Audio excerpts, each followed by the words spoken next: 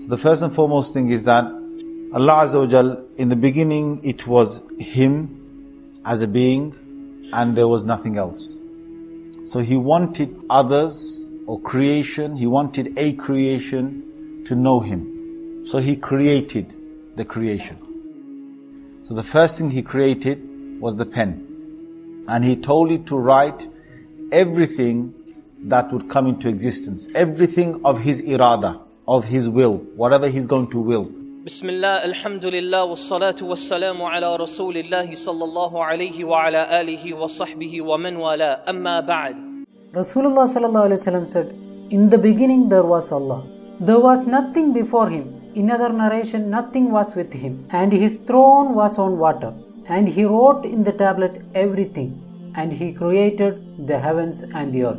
And when the Prophet ﷺ says, خَلَقَ اللَّهُ الْقَلَمِ, that Allah created the pen, he says, وَكَانَ عَرْشُهُ عَلَى مَاءٍ, that His throne was settled upon water. So the scholars, they take from that Allah obviously had created water before the pen, but we don't have much details yet because the heavens and the earth had not been created. But it makes sense because water is the source of everything. What are the dimensions of the pen? How does it look? We have absolutely no idea. I mean, in this world, every pen looks so different. You know, you can't imagine what this pen would be. And is it a pen like the pens that we write with? Allah knows best what it looks like. And the Prophet ﷺ says, Allah subhanahu wa ta'ala said to the pen, write. And the pen said, oh my Lord, and what should I write? Allah subhanahu wa ta'ala said to the pen, write the details, the decree of everything that will happen and that is decreed until the establishment of the hour, until the hour begins and commences.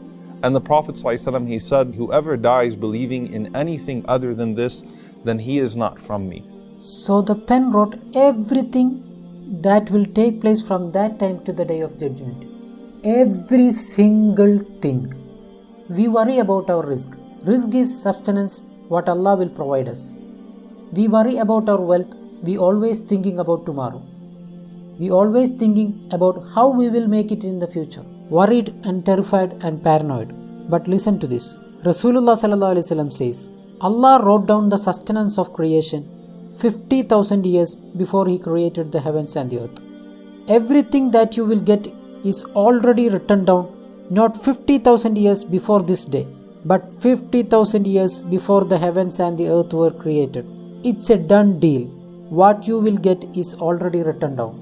So the qalam, the pen, which was created 50,000 years before the heavens and the earth, wrote in what's known as al-Lawh al-Mahfuz, the preserved and protected tablet. Allah calls it al-Lawh al-Mahfuz because it's protected from any changes and it's also protected from access. No one can access this preserved tablet, not from the human beings, nor from the jinn, not even from the angels, not even from the malaika. Only Allah subhanahu wa ta'ala has access to al-Lawh al-Mahfuz. And Allah subhanahu wa ta'ala, He calls it many things in the Quran. Allah calls it Kitabun Mubin, Imamun Mubin, a clear book. There's nothing ambiguous in that book. It documents everything precisely. Allah calls it Kitabun Mastur, an unrolled, untouched tablet, right? So it's never been touched. It's a very special type of book.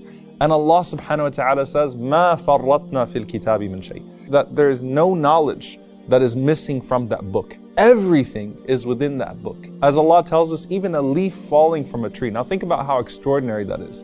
A leaf falling from a tree, at what speed it will fall, what type of leaf it will be, what land it will fall upon, what will happen to it, who will pick it up, when will it dissolve. All of that, everything is within al-Lawh al-Mahfuz, everything is within that preserved tablet, everything that would have happened, that has happened, that will happen. And we don't have much about the description of it. And Ibn Abbas radiallahu ta'ala anhu, he says that al-Lawh al-Mahfuz is preserved in al-Bayt al-Ma'mur, the frequently visited home where the malaika, the angels, do tawaf. And it's preserved directly under the arsh of Allah subhanahu wa ta'ala, directly under the throne of Allah subhanahu wa ta'ala in the seventh heaven. And he said it's made of red rubies.